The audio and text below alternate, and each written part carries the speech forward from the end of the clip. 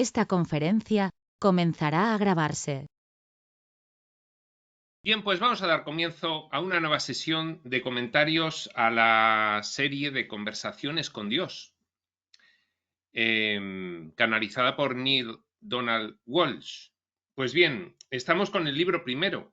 Son una cuatrilogía que en principio es la que forma esta maravillosa serie, aunque luego realmente pues son 9 libros los que se refieren a esta enseñanza. Estamos en el libro primero y en el capítulo primero, que es larguísimo. Son capítulos innominados, capítulo 1, capítulo 2, no tienen título, y llevamos 14 partes de este primer capítulo. Bien es cierto que el contenido es tan intenso que no avanzamos tampoco demasiado rápido. Hoy es posible que acabemos este capítulo primero. Hoy, haciendo un esfuerzo, se puede acabar. Pues bien, estamos en la interrupción de Neale, porque claro, aquí el que habla es Dios y Neale va interrumpiendo y preguntándole de vez en cuando. Entonces hay una interrupción entre las páginas 59 y 60 y bueno, pues a partir de ahí vamos a continuar. En la pasada sesión le estaba explicando Dios a Neale cuál es nuestra naturaleza real como fractales del espíritu y creadores junto con él, con Dios, con la primera causa, con la fuente, con el Padre, creadores de pues todas estas experiencias en el espacio-tiempo, que es una de las infinitas experiencias que explora el espíritu para conocerse a sí mismo. Y le acababa de enunciar Dios a Neale un principio fundamental que es precisamente la última frase de Dios antes de interrumpirle Neale.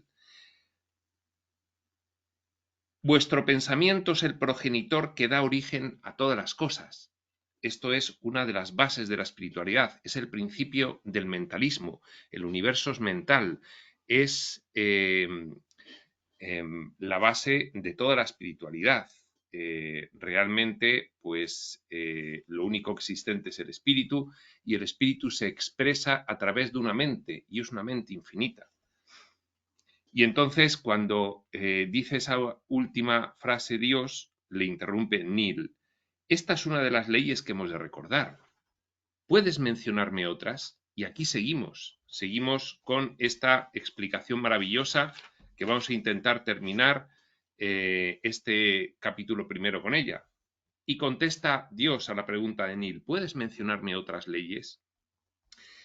Ya os las he mencionado, os he hablado de todas ellas desde el principio de los tiempos. Os he hablado de ellas una y otra vez. Os he enviado a un maestro tras otro, pero no escucháis a mis maestros, les matáis. Y replica Neale, ¿pero por qué? ¿Por qué matamos a los más santos de nosotros? ¿Les matamos o les deshonramos? Que viene a ser lo mismo. ¿Por qué? Porque se alzan frente a cualquier pensamiento vuestro que me niegue, y para negaros a vosotros mismos debéis negarme a mí. Efectivamente, la atracción que tiene el personaje humano por el diseño del escenario y del drama histórico humano es tan enorme porque parte de una limitación tan potente de la operativa de su mente y su mentalidad, y hay un diseño de olvido y de imposibilidad de detección a priori de otras realidades que concurren a la misma vez en el mismo espacio, tan enorme que el ser humano se configura una identidad propia, el personaje humano se configura una identidad propia, con base en todas estas características. Es una falsa identidad, en realidad es un fractal del espíritu. Pero aquí en estas experiencias se configura esa identidad y se aferra a ella contra viento y marea, porque de producirse circunstancias que le hiciesen pensar que no es su identidad, de repente sentiría que no apoya los pies en la tierra y le entraría un pánico aterrador, con lo cual cualquiera que insinúe por estar en un entendimiento mayor de las cosas, que esta no es la realidad y que la realidad es otra trascendente a esta, siempre, inevitablemente, ha sido condenado al ostracismo y, si no, a la muerte y extinción por el resto de los humanos, aterrados ante la posibilidad de que eso fuese verdad. Dios lo reconoce, os he enviado muchos maestros y siempre hacéis lo mismo con ellos, les matáis, prescindís de lo que dicen, les condenáis.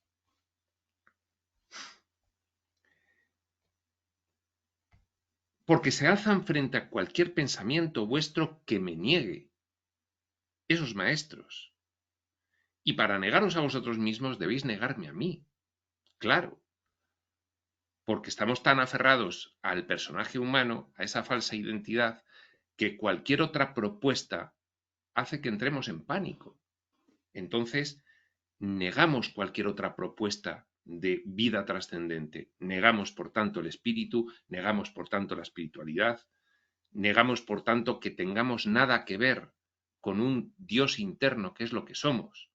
Como mucho podemos aceptar, en un contexto de manipulación y control políticos, como mucho podemos aceptar que somos pequeñas criaturas y hay un Dios por ahí que ha nombrado a unos intermediarios y a unos representantes aquí en la tierra que sin ellos no podemos hacer nada, con lo cual tenemos una dependencia extrema, como decía Dios previamente, tenemos temor, dependencia y alguna cosa más, que es lo que generan las religiones evolutivas. Y vuelve a replicar Neil, ¿por qué querría negarte a ti o negarme a mí? Explícamelo, Dios.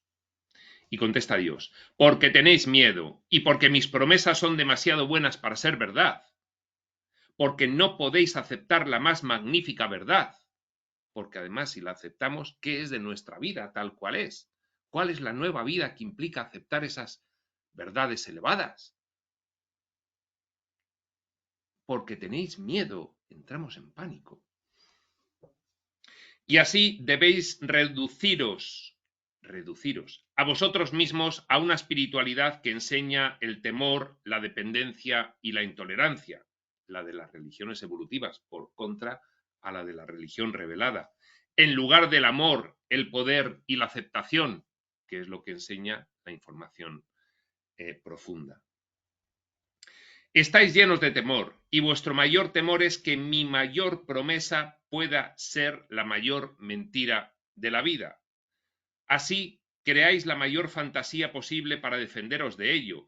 Afirmáis que cualquier promesa que os otorgue el poder y os garantice el amor de Dios debe ser una falsa promesa del diablo.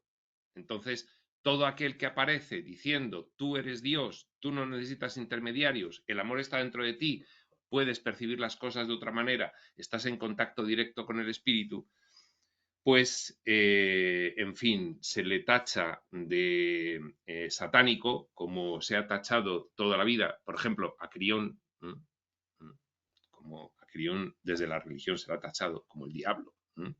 Y aquí paz y después gloria. Nos quedamos tan contentos con nuestra realidad de siempre y no queremos ir más allá. Y todo esto es debido al temor, al miedo. Dios nunca haría una promesa semejante, os decís a vosotros mismos. Solo el diablo, para tentaros, negando la verdadera identidad de Dios como el más terrible, justiciero, celoso, vengativo y castigador de todos los seres.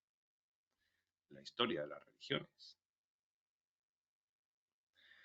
Aunque esta descripción encaja mejor con la definición del diablo, si lo hubiera, habéis atribuido estos rasgos diabólicos a Dios, con el fin de convenceros a vosotros mismos de que no habéis de aceptar las promesas divinas de vuestro Creador. Convencernos a nosotros mismos. No, vamos a ver, eso no puede ser. Aquí la vida es la que es y cualquiera de esas promesas lo que hace es revolucionarnos y no nos viene nada bien, porque entonces, además, los que estamos en posición de control sobre los demás, ¿dónde quedamos si somos todos iguales ante Dios? Y si no necesitamos intermediarios que nos conduzcan o dirijan.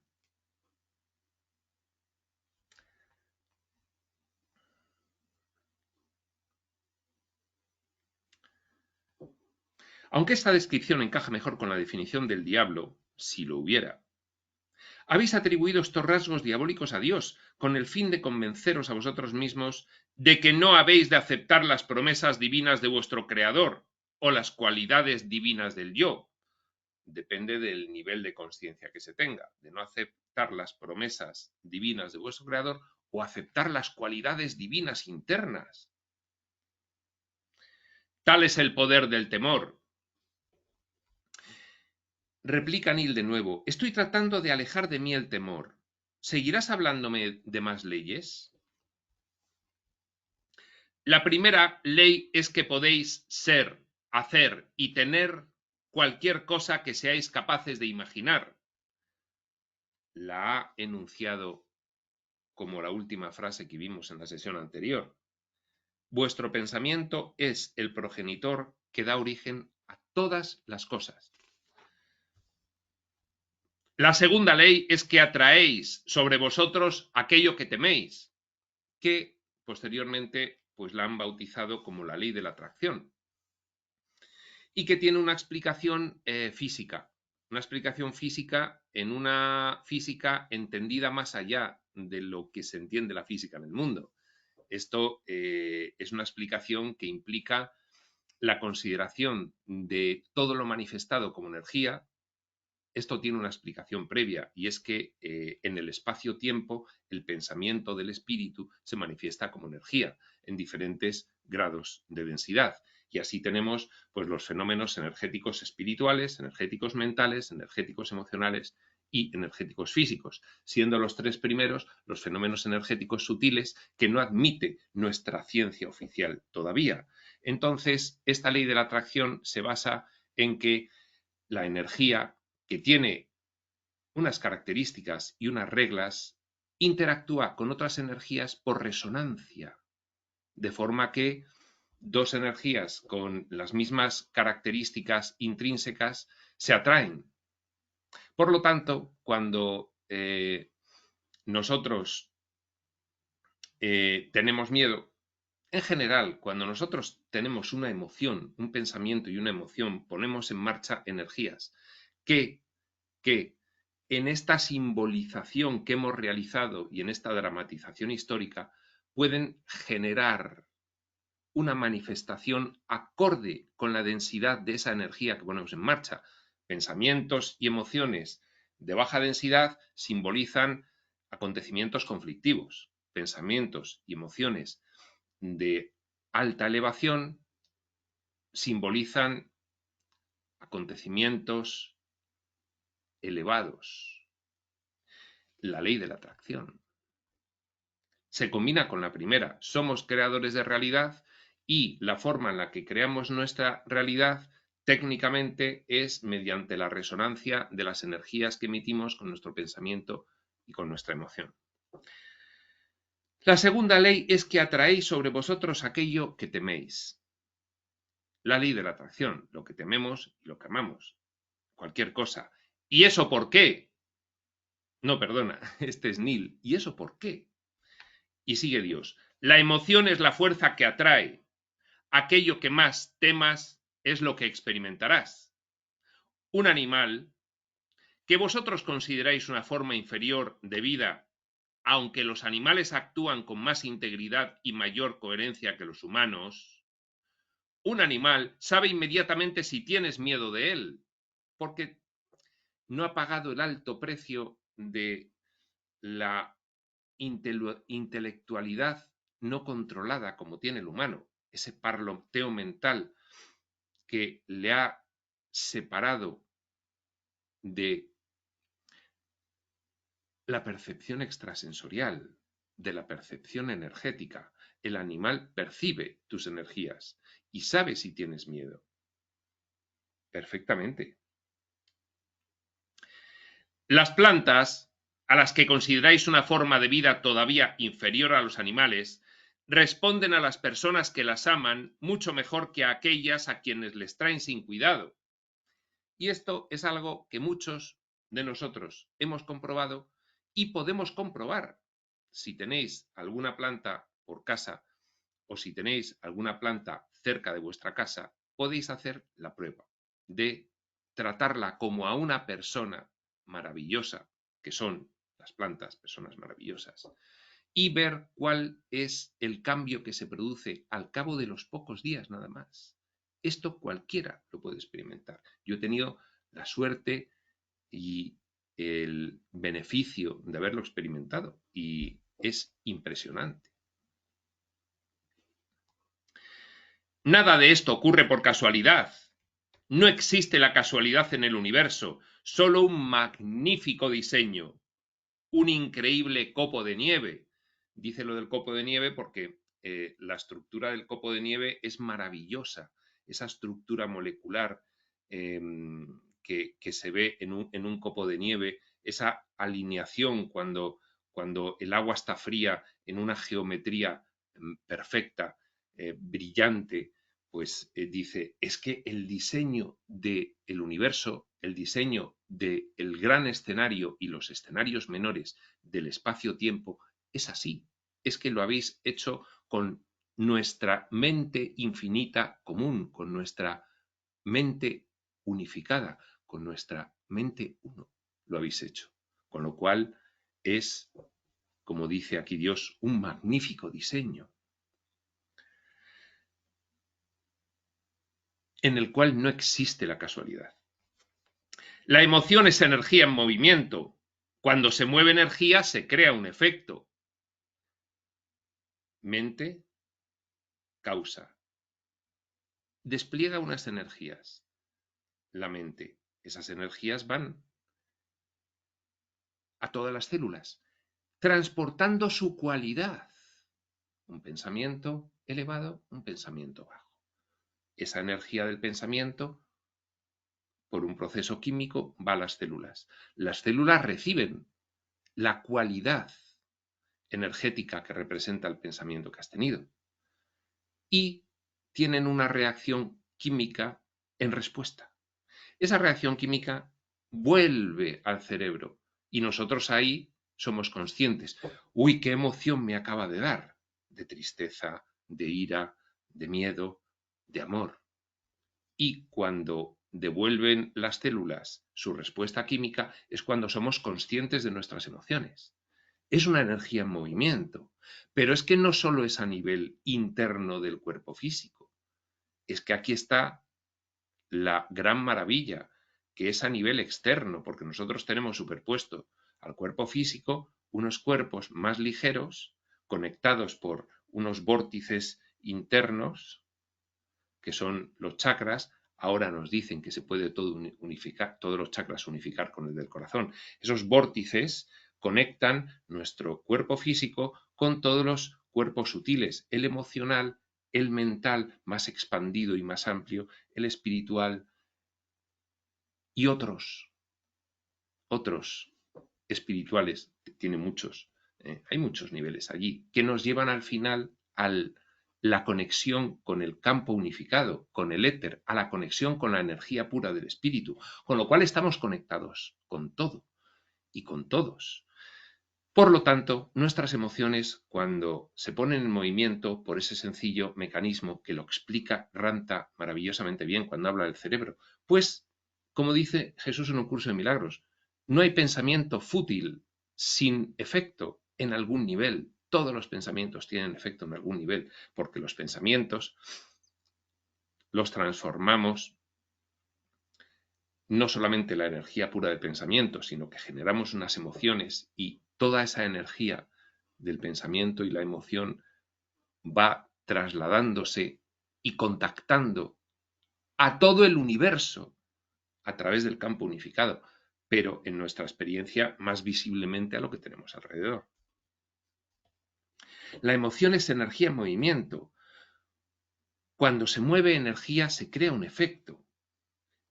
Si se mueve la energía de manera suficiente, se crea materia.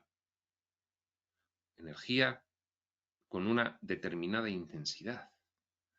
La materia es energía condensada, comprimida, diría Ramta, coagulada. Si se manipula la suficiente energía de una determinada manera, se obtiene materia. Es lo que hacemos inconscientemente. Todos los maestros entienden esta ley. Esta es la alquimia del universo. Este es el secreto de toda la vida. El pensamiento es energía pura. Cualquier pensamiento que tengáis, hayáis tenido o vayáis a tener es creador. La energía de vuestro pensamiento nunca muere, nunca. Abandona vuestro ser y se dirige al universo expandiéndose por siempre. Un pensamiento es para siempre. Es maravilloso cómo se pueden decir tantas cosas de una forma tan sencilla y tan comprensible. Todo pensamiento se coagula. Todo pensamiento choca con otros pensamientos, entrecruzándose en un extraordinario laberinto de energía, formando una estructura en continuo cambio de indescriptible belleza e increíble complejidad. El universo es mental, el principio del mentalismo. La mente lo crea todo, porque los pensamientos, que es el producto de la mente, es la energía pura que emite la mente, la conciencia, los pensamientos, se manifiestan en el espacio-tiempo como energía. Y eso a un determinado nivel de densidad, con mucha intensidad de pensamiento, genera la materia. Con lo cual, si todo lo que vemos es generado por nuestro pensamiento, ¿qué importancia tiene la cualidad de lo que pensemos? Fijaos, tenemos una responsabilidad extraordinaria, porque sin darnos cuenta estamos generando la realidad que nos rodea. A todos los niveles. Todo pensamiento se coagula, todo pensamiento choca con otros pensamientos, entrecruzándose en un extraordinario laberinto de energía, formando una estructura en continuo cambio de indescriptible belleza e increíble complejidad. La energía atrae a la energía semejante, principio de resonancia, formando, por utilizar un término sencillo, grupos de energía del mismo tipo. Cuando un número suficiente de grupos similares se entrecruzan con otros, chocan con otros, entonces se adhieren unos a otros, por utilizar de nuevo un término sencillo. Ahí hay una complejidad extraordinaria de lo que empezamos a entender a partir de la física cuántica, de cómo se interrelacionan unas energías con otras. Pero bueno, se adhieren, para nosotros vale como término, dice Dios, por utilizar de nuevo un término sencillo.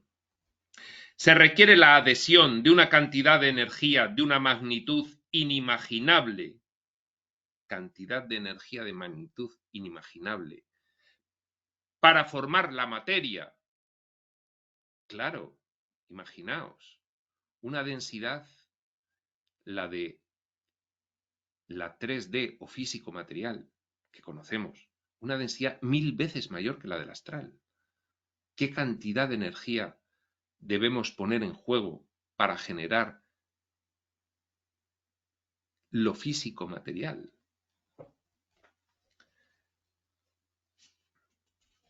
Por eso luego aquí nuestro proceso creativo está ralentizado, porque aquí las energías son muy densas, es la materia. Y entonces lo que en el astral es una creación inmediata a partir del pensamiento, pues aquí tarda bastante tiempo. No solo tarda, sino que además le damos, la imbricamos en el drama histórico de nuestras vidas para que nos parezca que tenemos unas vidas completamente independientes de todo lo que sucede en el universo. Es una ficción, es un diseño. Se requiere la adhesión de una cantidad de energía de una magnitud inimaginable para formar la materia. Pero la materia se formará a partir de energía pura.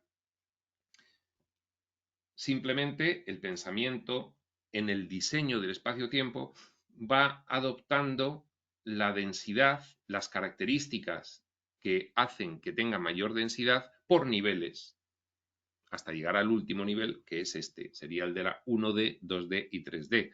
Así podríamos asimilarlo a rocas, plantas, animales. Así por hacer un símil.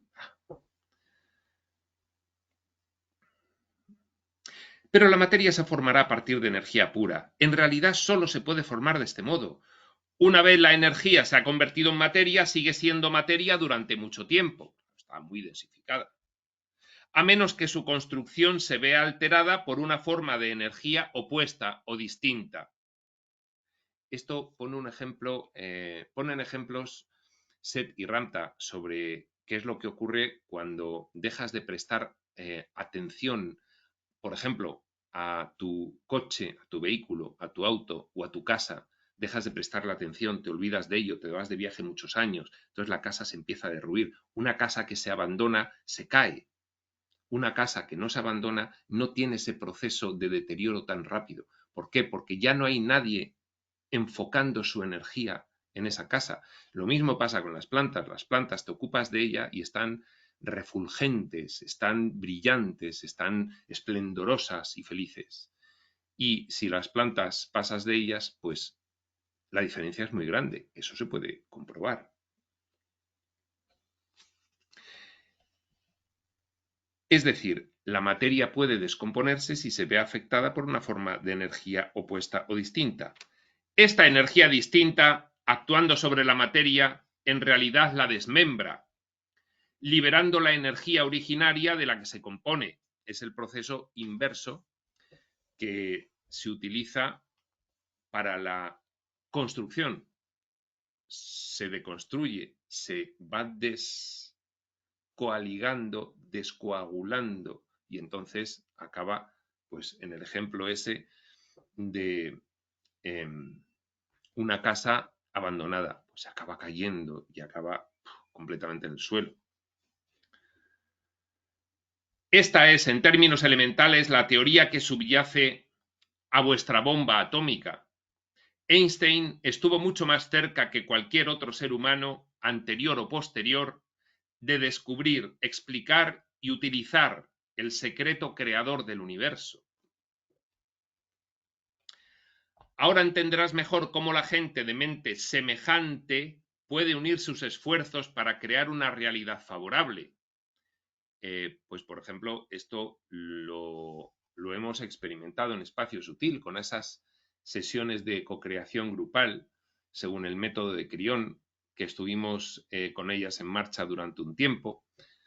Y ahí se ve pues, perfectamente cómo explica Crión que unos cuantos humanos puestos de acuerdo y vibrando elevadamente pueden modificar la realidad planetaria.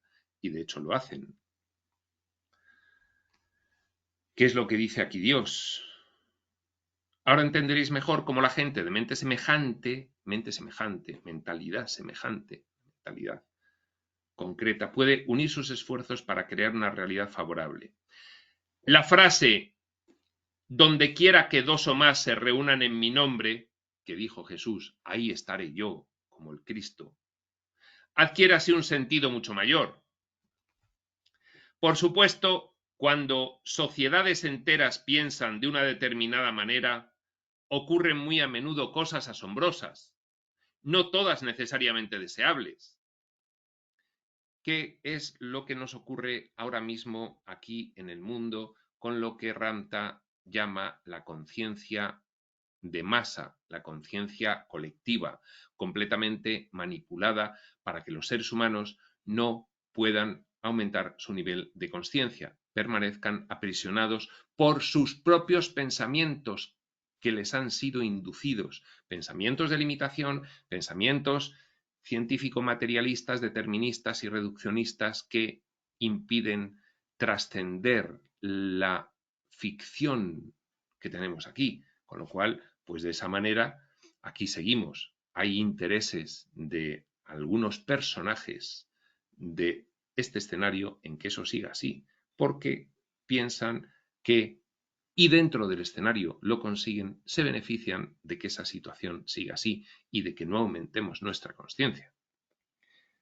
Esa es la conciencia de masa y esto es lo que está diciendo Dios ahora mismo.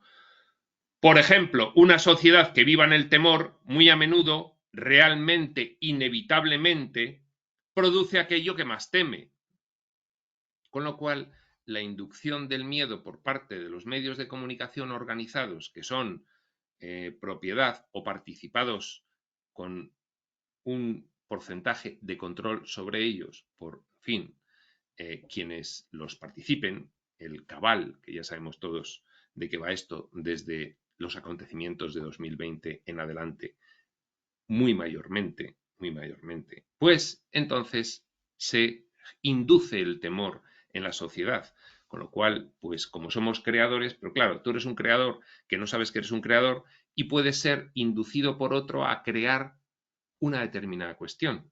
Y si se te induce el miedo, ¿qué creas? Circunstancias de miedo, circunstancias de dependencia. ¿De quién? De alguien que te provea como personaje pues lo que necesites para sobrevivir, porque no elevas tu nivel de conciencia más allá de la supervivencia en este caso, y entonces estás ahí bloqueado.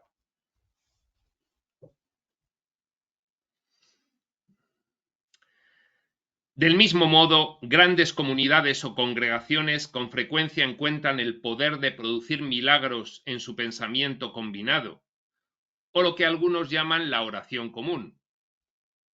Y debe quedar claro que incluso los individuos, esto de la oración común, al final es un proceso de cocreación grupal.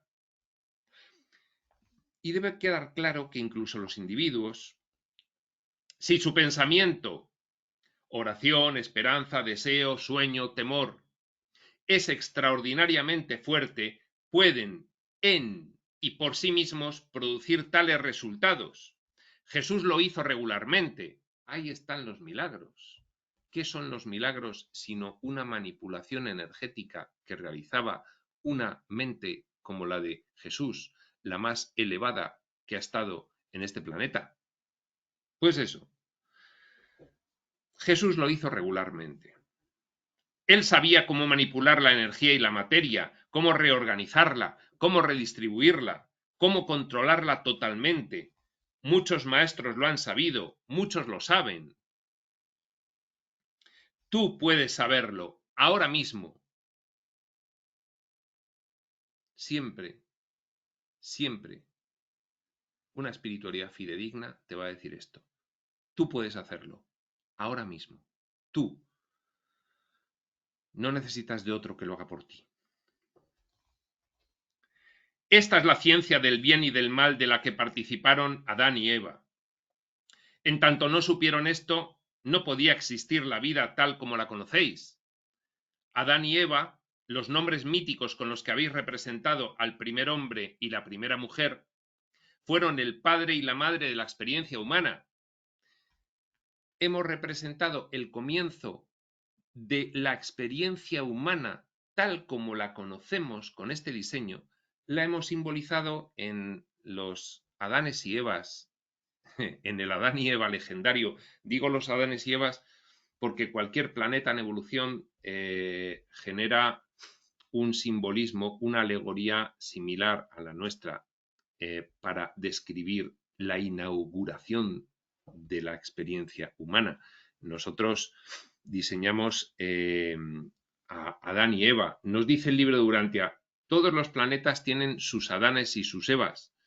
Y bien, pues el libro de Urantia nos plantea otra alegoría en relación a los Adanes y los Evas y las Evas, que es muy interesante, porque lo que es utilizar esa alegoría como representativa del comienzo de la experiencia humana no quita de otras circunstancias que son alegorías a las que, por ejemplo, apunta el libro de Urantia, que son muy interesantes para ver el proceso de la evolución humana. Pero bueno, ahí lo dejo. Quien tenga interés, que consulte la información sobre Adán y Eva del libro de Urantia y ahí viene todo, muy detalladamente relatado.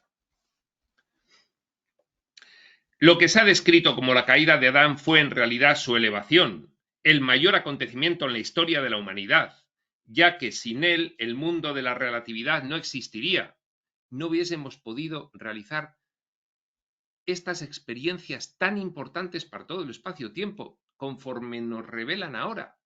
No podríamos haber empezado si no hubiese habido un primer momento en el que comenzase esa experiencia humana, lógicamente. Por eso en la alegoría deberíamos agradecer a Adán y a Eva. Esto sigue siendo alegórico, el que se inaugurase esta experiencia. ¿Qué quiere decir Dios aquí? Que en realidad la experiencia humana extrema, la experiencia físico-material y entre ellas la humana extrema, la hemos diseñado con un propósito muy loable, muy elevado e importante para el espíritu. Con lo cual, todo lo que ocurre aquí, en una visión de totalidad, que nosotros los humanos no tenemos, es una cosa maravillosa. Todo lo que está ocurriendo aquí en un sentido de totalidad, en un sentido universal, en un sentido espiritual, en un sentido primordial y primigenio, tiene un valor incalculable. Por eso dice aquí Dios, el acto de Adán y Eva no fue el pecado original, sino en realidad la primera bendición.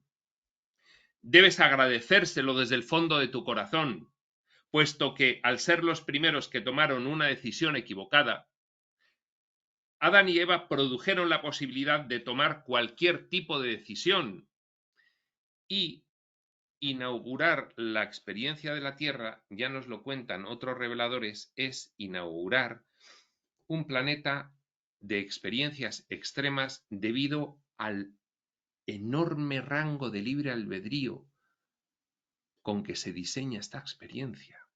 Esto quiere decir que somos capaces de decidir lo peor y lo mejor. Eso según nuestros términos, que somos capaces de llegar hasta unas consecuencias inimaginables a la hora de decidir.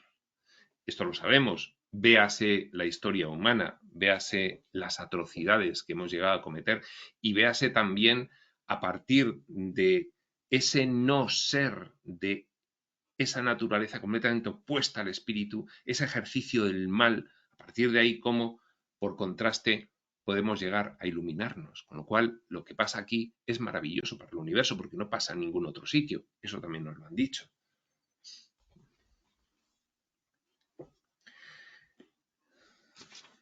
En vuestra mitología habéis hecho de Eva una mujer mala. 2 puntos. La tentadora que comió del fruto, la ciencia del bien y del mal, y que tímidamente invitó a Adán a unirse a ella. Esta base mitológica os ha permitido considerar desde entonces a la mujer como la caída del hombre, resultando de ello todo tipo de realidades pervertidas, por no hablar de los criterios distorsionados y confusiones relativas al sexo. Entre paréntesis, ¿cómo os parece tan bien algo que es tan malo? ¿En qué quedamos? O sea que una de las cosas que más atrae al hombre, que es la actividad sexual, y entonces lo califica como malísima. ¿En qué quedamos? Dice Dios, ¿pero en qué quedáis? Esto me recuerda que nos cuenta Seth que cuando habla de las realidades paralelas, es decir, que hay infinitas realidades paralelas, que se desgajan unas de otras, cada vez que tomamos una decisión, pues también vivimos la alternativa de la decisión, pero claro, nos desdoblamos completamente los personajes y los escenarios enteros, y unos personajes viven una decisión y otros personajes viven la decisión alternativa que aquí no se tomó, y entonces eso forma los infinitos universos paralelos. Pues dice Seth que en una de las líneas temporales de la Tierra, en una de estas líneas paralelas de la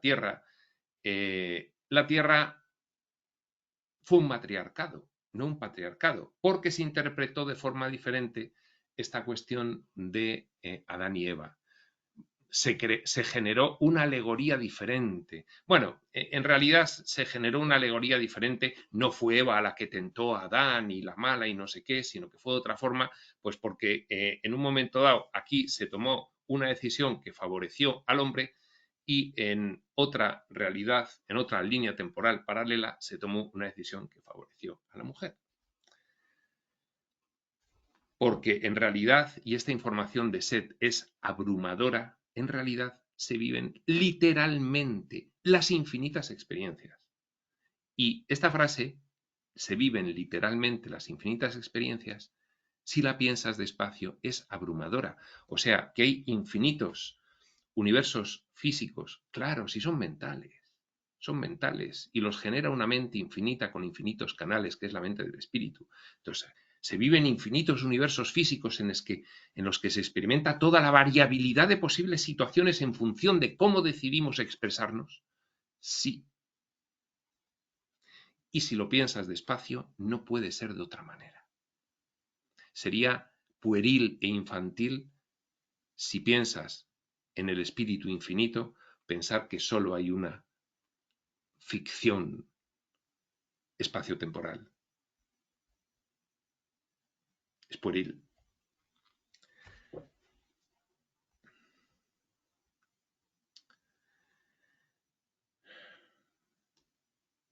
Lo que más teméis es lo que más os atormentará. El temor lo atraerá hacia vosotros como un imán. Todas vuestras escrituras sagradas o cualquier tipo de creencia y tradición religiosa que habéis creado contienen esta declaración de advertencia. No temáis. En la Biblia aparece muchísimas veces la palabra no temáis. ¿Crees que es por casualidad? De hecho, en las anunciaciones, esto lo recuerda Quirión, por ejemplo, en la anunciación del arcángel Gabriel a María, de que iba a ser la madre de un hijo de destino, lo primero que le dice es, no temas, no temáis. ¿Crees que es por casualidad? Las leyes son muy sencillas. 1. El pensamiento es creador. Principio de mentalismo. 2. El temor atrae a la energía semejante, que tiene una formulación más general, que es la ley de atracción de un pensamiento que genera una emoción y eso atrae unas energías de pensamiento y emoción semejantes. Esto es el principio combinado de vibración, generación y correspondencia en los principios herméticos citados en el Kybalión. 3. El amor es todo lo que hay. Tercera ley que enuncia Dios aquí. El amor es todo lo que hay. Es que el espíritu es amor y su pensamiento es amor y eso es realidad y el espíritu puede ficticiamente representar amorosamente lo que no es, pero lo hace amorosamente, aunque luego se genera un drama de ficción, pero siempre hay amor en la intención del espíritu, porque el espíritu es amor. El amor es todo lo que hay. No, este es más suave, porque lo dice Neil. Me has cogido con la tercera. ¿Cómo puede ser el amor todo lo que hay si el temor atrae a la energía semejante? Explícamelo, Dios, ¿en qué quedamos? Todo lo que hay es amor, ¿y por qué el temor atrae al temor si todo lo que hay es amor? El amor es la realidad última, es lo único, lo es todo. El sentimiento del amor es vuestra experiencia de Dios. No es fácil explicar esto porque dices, bueno, efectivamente, ¿yo por qué aquí tengo temor? Porque esto es una experiencia de ficción. Porque solamente con ficción se puede tener temor. Porque solamente en una ficción se puede generar la creencia en el mal. Porque el mal no existe. Porque lo que hay es lo que es. Y no hay dos cosas opuestas. Siempre que hay una dualidad es una ficción. Con lo cual, solo hay lo que es, y lo que es el amor. Y la interpretación de que lo que es bueno o malo es una ficción, sobreimpuesta por un diseño limitativo de la operativa de la mente y de la mentalidad. Y como somos creadores, generamos ya un mundo dramatizado con bien y mal, y manifestándose con acontecimientos conflictivos y acontecimientos amorosos. Pero el amor es la realidad última porque es lo que es. es lo que es, no hay otra cosa. Es lo único, lo es todo. El sentimiento de amor es vuestra experiencia de Dios, y cuando te elevas por encima de la dualidad y llegas al sexto nivel de consciencia, ver a Dios en todas las cosas, has sobrepasado los niveles 4, amor sentido, 5, amor expresado, y llegas a la percepción completa del amor, que significa todo. Ahí has sobrepasado ya la dualidad, ahí solo ves el amor, que es la realidad última, lo único, lo es todo. Por eso ves a Dios en todas las cosas. Y ahí experimentas el sentimiento del amor. Y esa es tu experiencia de Dios. Y esa es tu experiencia de lo que eres en realidad. Al nivel de la más alta verdad, el amor es todo lo que hay. Todo lo que ha habido y todo lo que habrá. Por supuesto que sí. Cuando penetras en lo absoluto, penetras en el amor. Y eso se puede alcanzar expandiendo tu consciencia, desterrando por completo la creencia en el mal, iluminándote, llegarías al último nivel. Cuando penetras en lo absoluto, llegas al séptimo nivel de consciencia, el máximo en esa clasificación discrecional por convenio que hemos realizado de los niveles de consciencia. Bueno, nos la ha dado Ramtha esa clasificación, pero viene de las tradiciones espirituales más antiguas y es la que siempre nos han enseñado. Esas divisiones en 7. Esas divisiones en 7 tienen una explicación en el libro Durantia muy clara, pero ahora es muy larga de dar. El caso es que tras ver a Dios en todas las cosas, nivel de consciencia 6, ya llega el último nivel de consciencia. Cuando penetras en lo absoluto, penetras en el amor. Yo soy Dios, yo soy el amor. Es el nivel crístico, es el de la iluminación, es el de Jesús. La esfera de lo relativo fue creada con el fin de que yo pudiera experimentarme a mí mismo, dice Dios. Claro. ¿Y cómo lo hace? Fractalizándose. ¿Por qué? Porque necesita generar infinitas experiencias. ¿Y cómo se van a generar infinitas experiencias sin infinitas relaciones? ¿Y cómo se van a generar infinitas relaciones con una sola entidad en el conocimiento puro consciente de sí misma? Imposible. Había que fractalizarse y limitar una generación infinita, una fractalización infinita de personajes, limitarlas hasta lo opuesto, hasta el no ser, y a partir de ahí esas relaciones serían el autoconocimiento, el descubrimiento del autoconocimiento de quiénes somos cada uno de nosotros de nuevo. Eso es lo que hace Dios. Por eso pasa de la esfera de lo absoluto, yo soy Dios, a la esfera de lo relativo, yo no sé quién soy. La esfera de lo relativo fue creada con el fin de que yo, dice Dios, pudiera experimentarme a mí mismo. Ya te lo he explicado, pero eso no hace que la esfera de lo relativo sea real. Claro que no, es una ficción. Es una realidad creada que vosotros y yo hemos inventado y seguimos inventando con el fin de poder conocernos experiencialmente.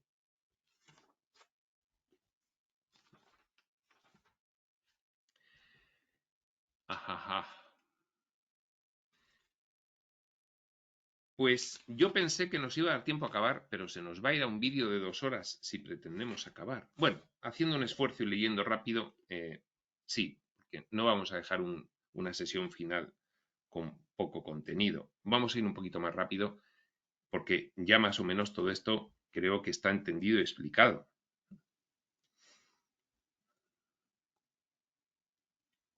La esfera de lo relativo fue creada con el fin de que yo pudiera experimentarme en mí mismo. Ya te lo he explicado. Pero eso no hace que la esfera de lo relativo sea real. Claro que no, porque lo único real es el amor. Lo que experimentábamos era la ausencia de amor, pero la ausencia de amor no existe. Tuvimos que generar una ficción en la que pareciese que hay ausencia de amor. Claro que no es real. Es una realidad creada que vosotros y yo hemos inventado y seguimos inventando con el fin de poder conocernos experiencialmente, poder conocer la ausencia de amor mediante la experiencia, viviéndola como protagonista. Sin embargo, la creación puede parecer muy real. Su objetivo es que parezca tan real que admitamos que verdaderamente existe. Claro, porque si no, no es creíble la experiencia. Si no, no es verosímil. Si no, no se produce la experiencia. Si aquí todos nos iluminamos de repente, se acaba el escenario Tierra y se acaba la experimentación. No está así diseñado. Tenemos que agotar las experiencias. De este modo, Dios ha logrado crear algo distinto de sí mismo, aunque estrictamente eso es imposible, puesto que Dios es, yo soy, todo lo que existe. Pero es una ficción mental. Y ya sabemos nosotros, porque aquí también podemos hacer ficciones mentales, que eso es posible. Podemos hacer ficciones mentales con respecto a esta realidad que vivimos. De hecho, nos meten en el manicomio cuando hacemos eso. Pues bien, nosotros hemos generado esta ficción mental con respecto a otra realidad mayor que es la nuestra.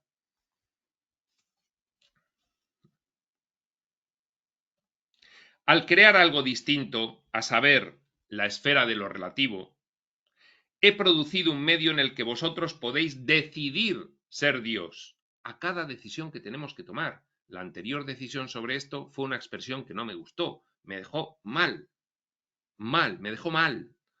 La siguiente vez que me enfrente a este acontecimiento tomaré otra decisión diferente, que me represente, que me deje bien, que me lleve a una paz, dicha y gozo cada vez más profundos, estables y duraderos.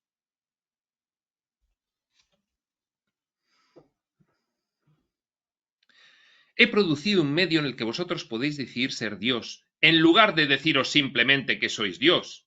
Podéis decidir, producir esa experiencia, expresaros en vez de decidir serlo. Por eso es experiencial, no es puramente mental, es experiencial. La mente es la causa, pero lo llevamos a la manifestación.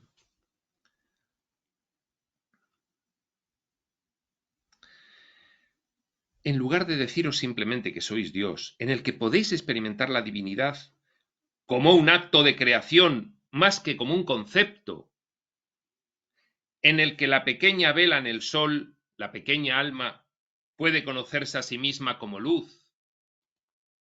¿No es maravilloso que cada uno de nosotros, pequeñas velas en el sol, últimas fractalizaciones de una infinidad de fractalización para la experimentación? ¿No es maravilloso que cada uno de nosotros podamos descubrir que somos Dios? El temor es el otro extremo del amor. Es la polaridad primordial. Es el diseño del no ser para a partir de ahí redescubrir quién eres. Al crear la esfera de lo relativo, en primer lugar creé lo opuesto a mí mismo. Ahora bien, en la esfera en la que vivís en el plano físico hay únicamente dos lugares del ser, el temor y el amor. Esto lo explica maravillosamente un curso de milagros y lo repite muchísimo. Solo hay dos emociones posibles, el temor y el amor. Y solo te realizas cuando sientes amor, cuando percibes con amor, cuando contemplas con amor.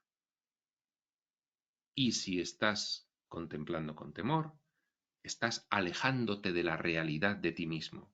Estás en el no ser.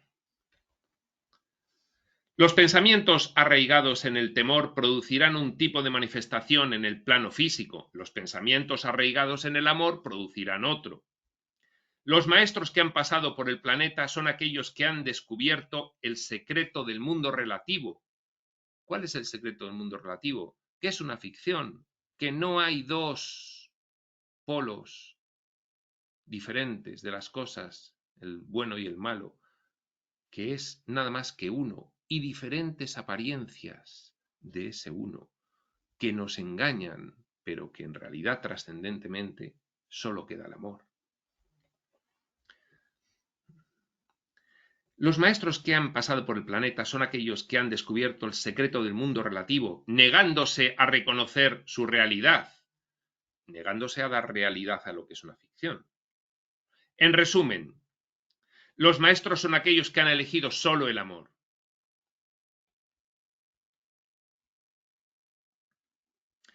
En cualquier caso, en cualquier momento, en cualquier circunstancia, solo el amor. Aunque fueran asesinados, amaban a sus asesinos. Aunque fueran perseguidos, amaban a sus opresores. A vosotros esto os resulta muy difícil de entender, porque estamos identificados con el personaje humano, con ese rol de personalidad que es el ego alterado, sufriente, escaso, carente, superviviente, que se cree que todo esto es real.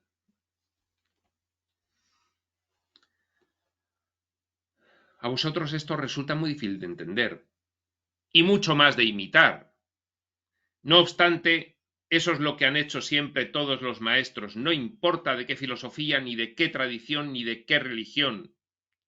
Es lo que han hecho todos los maestros. Este ejemplo y esta lección se os han manifestado de manera muy clara. Una y otra vez siempre se os han mostrado. En todo tiempo y en cualquier lugar, durante todas vuestras vidas y en cada momento. El universo se las ha ingeniado para poner esta verdad delante de vosotros.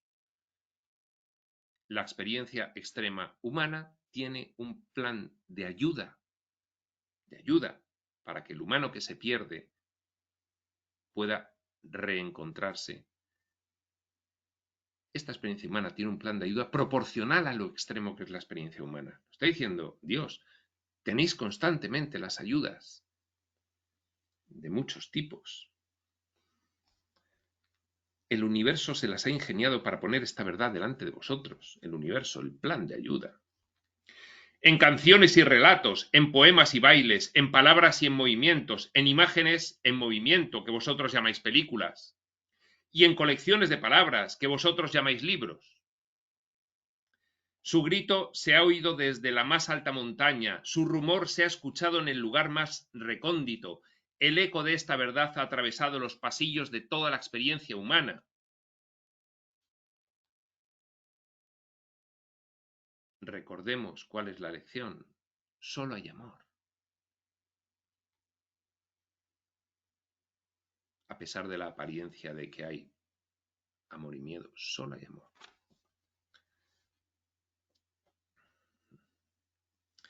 El eco de esta verdad ha atravesado los pasillos de toda experiencia humana.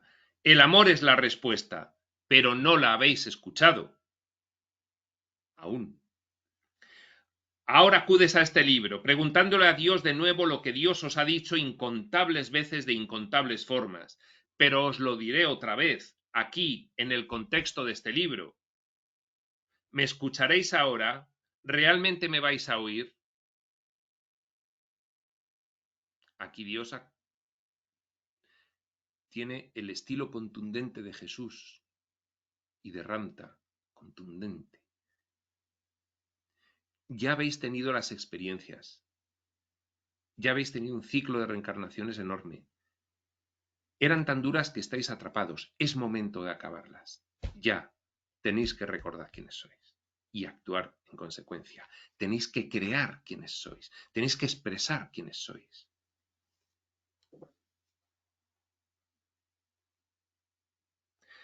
¿Qué crees que te ha acercado a este material? ¿Cómo es que se halla en tus manos? ¿Acaso piensas que no sé lo que hago?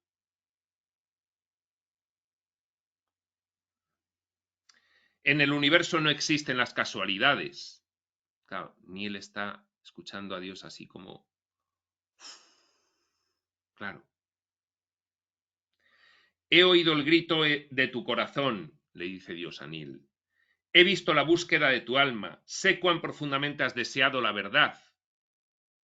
En tu sufrimiento como en tu alegría has clamado por ella. Me has suplicado interminablemente, muéstramela, explícamela, revélamela. Y eso estoy haciendo ahora, en términos tan claros que no puedas dejar de entenderme. Es un lenguaje tan sencillo que no vas a poder confundirte. Es un vocabulario tan común que no puedes perderte en la verborrea. Y es cierto, es lo maravilloso que tiene esta saga de libros. Sigamos pues adelante, pregúntame cualquier cosa, me las ingeniaré para conducirte a la respuesta, utilizaré al universo entero para hacerlo, estate pues atento. Este libro está lejos de ser mi única herramienta. Formula una pregunta, luego deja el libro. Mas observa, escucha las palabras de la próxima canción que oigas, la información del siguiente artículo que leas, el argumento de la siguiente película que vayas a ver, las palabras que cruces casualmente con la próxima persona que te encuentres, la sincronicidad del plan de ayuda que aparece por todos los lados, dando señales. O el murmullo del próximo río, el próximo océano, la próxima brisa que acaricie tu oído. Todos estos recursos son míos, todos estos cambios están abiertos